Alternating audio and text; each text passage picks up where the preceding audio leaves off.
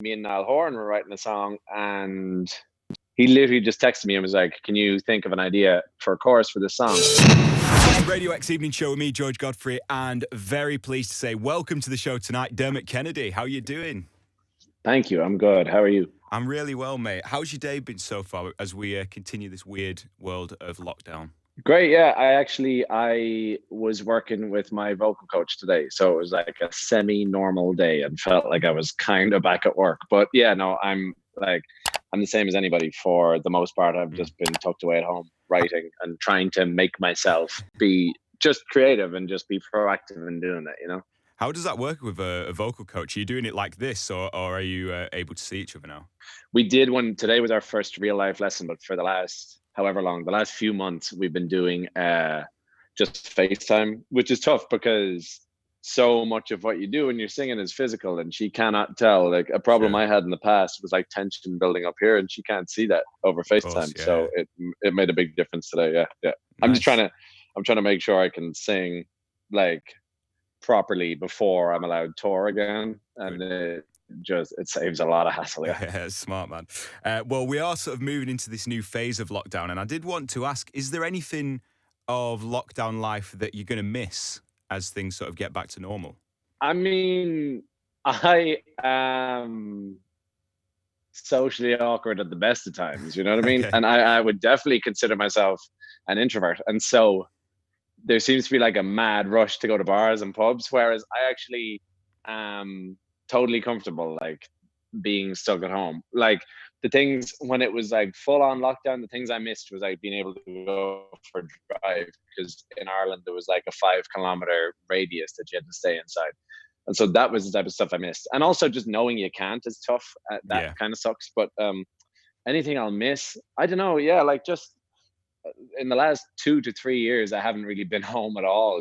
So like I really am relishing it. And it really is enjoyable to pretend to have a normal life for a sec, to be honest. So I might miss that. Yeah. How's it been? Are you back with the parents then, or with friends, like back hometown? No, I was at the beginning, but now me and my girlfriend found a place, so it's perfect. It's just I set up a little studio, and it just feels great for now. I mean, like, yeah, who knows when I'll be allowed get on the move again, but it feels perfect right now. Nice one. Well, listen, mate, we have got the new Radio X record of the week. It's Giants, an absolute anthem. Do you want to tell us a little bit about the song, about the inspiration behind it? I mean, this is a song that I had on me for a little while, but just the way things currently are and things that have taken place in the world and how it feels like there's this massive shift sort of taking place everywhere in the world.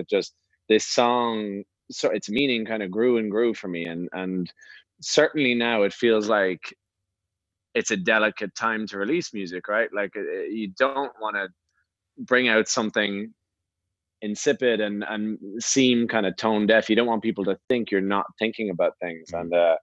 And so the meaning of the song in terms of like, I guess it's ultimately just about being comfortable with letting go of the past and moving on and being comfortable with change and moving forward in that sense. So this song meaning just became more and more important to me. So it felt right to put it out. But yeah, it's one I've had on me for a while and just now feels like the right time for it. Yeah. Fair enough. And you said you've been at home, you've got a little studio set up. Have you found that this sort of isolated time's been good for you creatively? Have you been going back to some old songs maybe? It's been really good for me. I think I've got an awful lot of ideas just banked, like sort of things I've been working on for a while. So I'm really just trying to push on and get many ideas as I can on the go. It's been a really good time for me creatively, and I think sort of, to be honest, in the next few days I'm gonna look at like locking in an actual schedule because it's so easy for time to just go by and to play PlayStation and just do nothing. And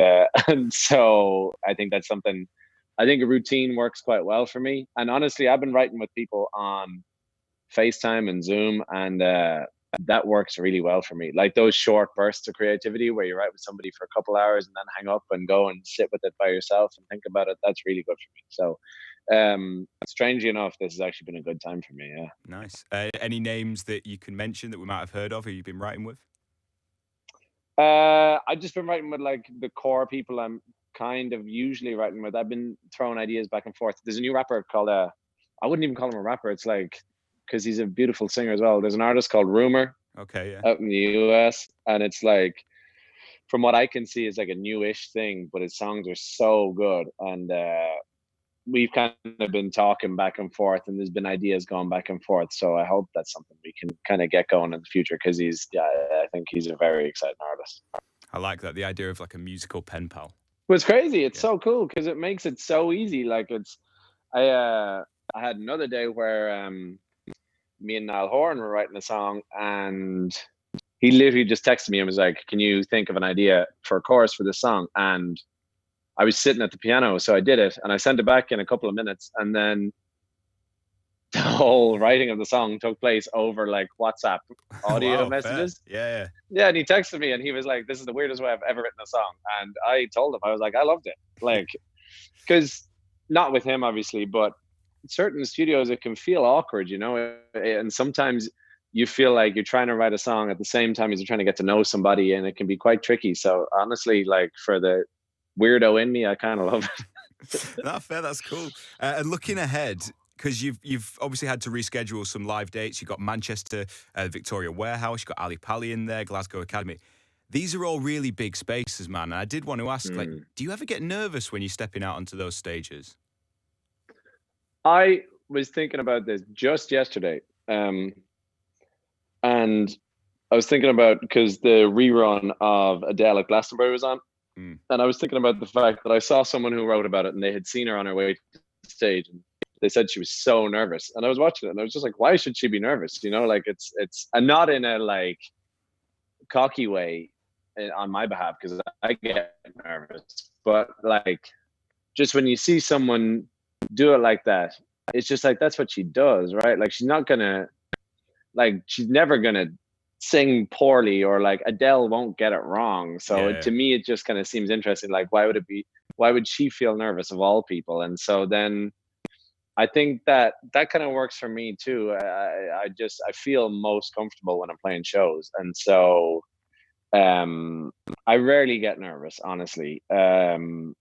Depends on what I'm doing with the guitar too. Like, singing all day, I don't get nervous. I think that'll be fine, but it just depends on what I'm doing. But no, I mean, honestly, it's like my favorite part of this whole journey. So I just look forward to it. And then, to be honest, even if some things do go wrong, the crowd's there to support you anyway. It's all good. So Yeah.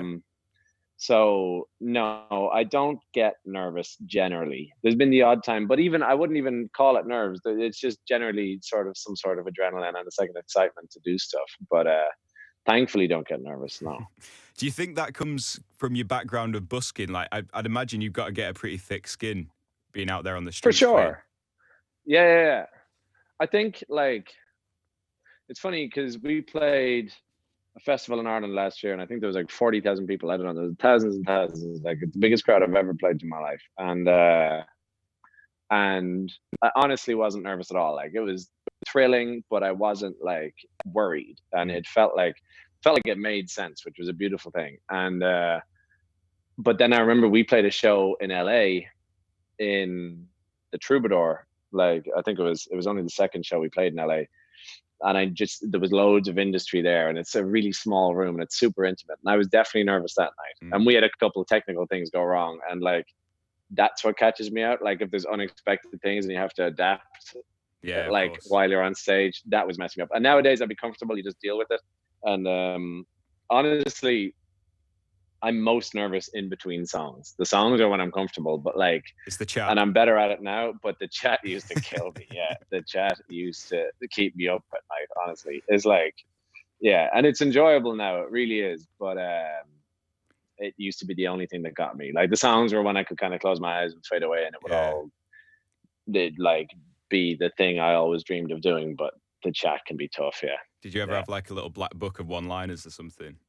Oh, for sure. Yeah, but not even one-liners. Like, just, yeah, I used to have to put it on my set list. Oh, really? Yeah. Nice. Yeah, for sure. I think, to be honest with you, like, I think it's rare when an artist, it takes a great deal of comfort, I think, to just rock up and figure out what to say between songs on stage. Yeah. You know what I mean? Like, it takes a real like level of comfort. And I think I could probably do that now. But back in the day, I used to just worry about it a lot. So in between songs, and it wouldn't be like, here's what you say. It would be like little triggers just so I don't like just end up sweating all over the mic. Yeah. I was going to say, like, when you were busking, did you ever sort of get any heckles or like some like run-ins with the general public?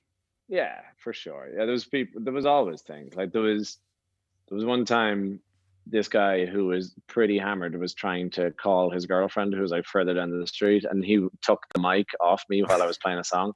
He took it off the stand and Oh used man, it to like scream down the street. There was all that stuff. But yeah, it's because you have in-ears in as well when you're on stage. yeah. And so even if you do say something that's completely hilarious, you can't hear the crowd laugh. So no matter what joke you tell, it seems like it falls flat. That's how I feel. You've just got to trust that they're there. I guess. Yeah.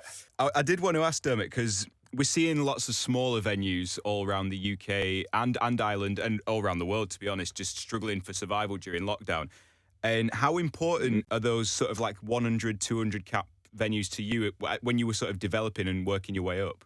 It's everything. Yeah. I even I've sort of heard a good few people talking about O'Meara, Mm, and it just that seems like such a key part of the music scene in London, right? And it does that beautiful thing where it's like a small capacity, but it doesn't feel like it, and it yeah. feels actually quite sort of grand and palatial in a way. And so yeah, like those rooms are the best. I do, of course, I love playing big, massive rooms, but we talked about like we played in Radio City in New York, and we talked about it afterwards. We were like, you can't really see as many faces anymore, right? When the rooms grow, Sure. and so when you're young and you're an upcoming artist, it's like it's this thing where you've got this work that you believe in and that you're really proud of, and it just in those rooms it makes it a lot easier to continue believing in it when you can literally look at someone and get your point across in your music. And so those rooms are so important, and I can't imagine how hard it is now, but God, I hope the Fingers crossed for majority them of all. them Yeah, survive, absolutely. because they are important to everybody. And it's just such a like you see some of the best artists in the world in those places, right? Like O'Meara's had a crazy list of artists.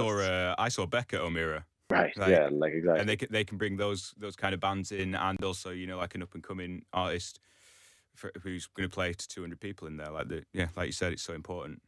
Yeah. And not that I've been around forever, but like if say we're playing Ali Pali twice, and that's huge, but Mm. like people like me who maybe find themselves in bigger rooms these days, like I love that idea of going back to like a couple hundred and just keeping it intimate. And also it it's a test in a way, you still have to be tight and you have to be able to do it in those places, because I don't know, you're really exposed or something. People Yeah. can tell if you can't hold it together on those stages, I think. Well, listen, man, I'll let you go in a bit, but I've got one last question for you. We've been putting together a little collection, I guess you can call it, of people's best gig memorabilia, like a little bit of a bragging rights competition. We had Simon from Biffy Clyro on the other week, who's got a ticket stub for the Strokes' first Scottish show. We have a Wow. listener who has one of Dave Gahan from Depeche Mode's vests. So Wow. I wanted to ask, what's the best gig memorabilia that you've held on to over the years? Oh man. Well, there was one time, right, when me and Mihal, the drummer in our band, Yeah. we were in Boston for the summer, and Bon Iver were playing in the House of Blues, and we were both obsessed with Bon Iver. This is like the summer that the summer after the second album came out, Right. and it was just what I was listening to every single day. And they were playing House of Blues, and we were outside the venue, and we bumped into his brother, Justin Vernon's brother. We bumped into Sean Carey, their drummer, and then we were going to give up and just go our separate ways. And Justin Vernon came out, and I don't get like this ever, but I was taking a photo of Justin Vernon with Mihal, and just couldn't control it. Like my hand was shaking trying to take. I have the picture framed at home, and I just could not handle it. Like just it was the most insane thing to me just to like actually see that guy in real life. Yeah, I And bet. But anyway, after that, we asked like very sincerely, not him, but to his brother, if we could come in and watch them sound check, which nowadays I know is outrageous. Like you just can't. Like, why would you be allowed in? Hey, But you don't ask, you we don't asked get. anyway, and they said no. Well, I guess, and then we sneaked up the side of the House of Blues, and we got in the stage door, and all their gear was there, and it had like the Bon Iver logo on and everything. So we were just like bricking it, and then a security guy came and he kicked us out like instantly. But that was kind of the end of it, and we thought we were going to get in there. So it's not like a physical thing. If I had to call it, I'd say it's probably the photo I have at home. But Yeah. like that moment is like my best memorabilia, because Bon Iver to me are just like top of everything. So so that was a beautiful thing. Yeah. What a story, yeah. Radio X.